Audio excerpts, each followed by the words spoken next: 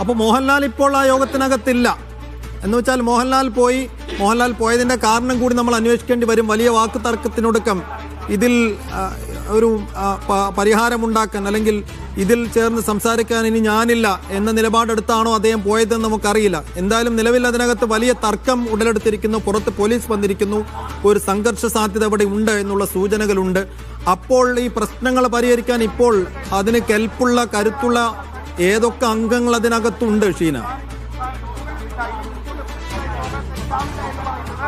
അതായത് ഇതിലെ മുതിർന്ന താരങ്ങൾ ആരും തന്നെ ഇപ്പോൾ ഈ സംഘടനയ്ക്കകത്ത് നിലവിൽ ഇവിടെയില്ല. പിന്നെയുള്ളത് പ്രവർത്തിക്കാൻ ശേഷിയുള്ളത് സിദ്ദിഖ്, രഞ്ജി പണിക്കർ തുടങ്ങിയിട്ടുള്ള താരങ്ങളാണ്. ഈ താരങ്ങളുടെ ഒരു പിൻബലത്തിൽ വേണം ഇനി ഒരു അഡ്ഹോക് കമ്മിറ്റി രൂപീകരിക്കാൻ. അതിനുള്ള പ്രവർത്തനങ്ങൾ ഉടൻ തന്നെ നടക്കുമെന്ന് തന്നെയാണ് പ്രതീക്ഷിക്കുന്നത്. കാരണം ഒരു കമ്മിറ്റി ഇല്ലാതെ ഒരു സംഘടനയ്ക്ക് പ്രവർത്തിക്കാൻ ഒരു തരത്തിലും കഴിയില്ല.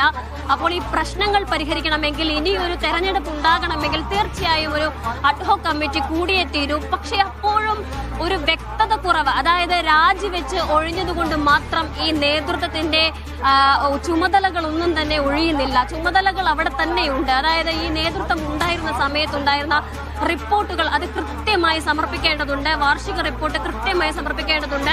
ഈ നേതൃത്വം വാങ്ങിയിട്ടുള്ള പണം, അത് പിരിവായും സ്പോൺസർഷിപ്പായും ഈ നേതൃത്വം വാങ്ങിയെടുത്തിട്ടുള്ള പണം അത് മുഴുവനും എങ്ങനെ ചെലവഴിച്ചു, ഏതൊക്കെ കൈകളിൽ എത്തിയിട്ടുണ്ട് എന്നുള്ള കാര്യങ്ങളെല്ലാം തന്നെ പരിശോധിക്കണം. പക്ഷേ അതിനിടയിൽ എല്ലാം തന്നെ ഈ ചേരിതിരിഞ്ഞുള്ള ആക്രമണങ്ങളിൽ അപ്പോഴും പറയുന്നൊരു കാര്യമുണ്ട്. തെരഞ്ഞെടുപ്പിലടക്കം രാഷ്ട്രീയം കലർത്താൻ പലരും ശ്രമിച്ചു എന്നുള്ളതാണ്. ശ്വേതാ മേനോനെ BJP കാരിയാക്കി മുദ്ര കുത്താൻ ശ്രമിച്ചു.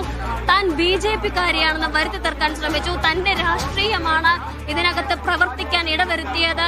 താൻ മതേതര പാർട്ടികളിൽ നിന്ന്, രാഷ്ട്രീയ പാർട്ടികളിൽ നിന്ന് സ്പോൺസർഷിപ്പ് വാങ്ങുന്നതിൽ യാതൊരു ഇളവും കാണിച്ചില്ല എന്നുള്ള തുടങ്ങി ശ്വേതാ മേനോനെതിരെയുമുള്ള ആരോപണങ്ങൾ ഉയരുന്നുണ്ട്. അങ്ങനെയാണ് അവസാനം രാജ്യസന്നദ്ധത അറിയിച്ചുകൊണ്ട് ശ്വേതാ മേനോൻ ഇറങ്ങിപ്പോകുന്ന ഒരു അവസ്ഥയുണ്ടായിരുന്നത്. പിന്നീട് അനുനയിപ്പിച്ച് ശ്വേതാ മേനോനെ സ്റ്റേജിലേക്ക് വിളിച്ചു വരുത്തുകയായിരുന്നു. അതിനെ തുടർന്നാണ് അൻസിബയ്ക്ക് സംസാരിക്കാൻ അവസരം കൊടുക്കുന്നത്. പക്ഷേ അൻസിബ് സംസാരിച്ചപ്പോഴും ആദ്യം പറഞ്ഞത് സാമ്പത്തിക ക്രമക്കേട് തന്നെയാണ്, സ്പോൺസർഷിപ്പ് വാങ്ങുന്നതിനെ പറ്റി തന്നെയാണ്. സ്പോൺസർഷിപ്പ് വാങ്ങുന്നതിൽ ഒരു നിയന്ത്രണം അല്ലെങ്കിൽ മതസംഘടനകളിൽ നിന്ന് സ്പോൺസർഷിപ്പ് വേണ്ട എന്ന നിലപാടെടുത്തപ്പോൾ എന്നെ മതവർഗീയവാദിയാക്കി മുദ്ര കുത്താൻ ശ്രമിച്ചു.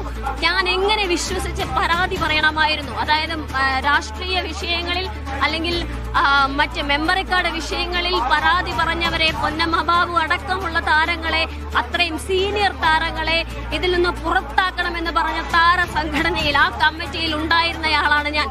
എങ്ങനെ ഞാൻ വിശ്വസിച്ച് ഈ പരാതിയിൽ അല്ലെങ്കിൽ ഈ കമ്മിറ്റിയിൽ പരാതി പറയണമായിരുന്നു എന്നുള്ള ചോദ്യമാണ് അൻസിബ ഉന്നയിച്ചത്.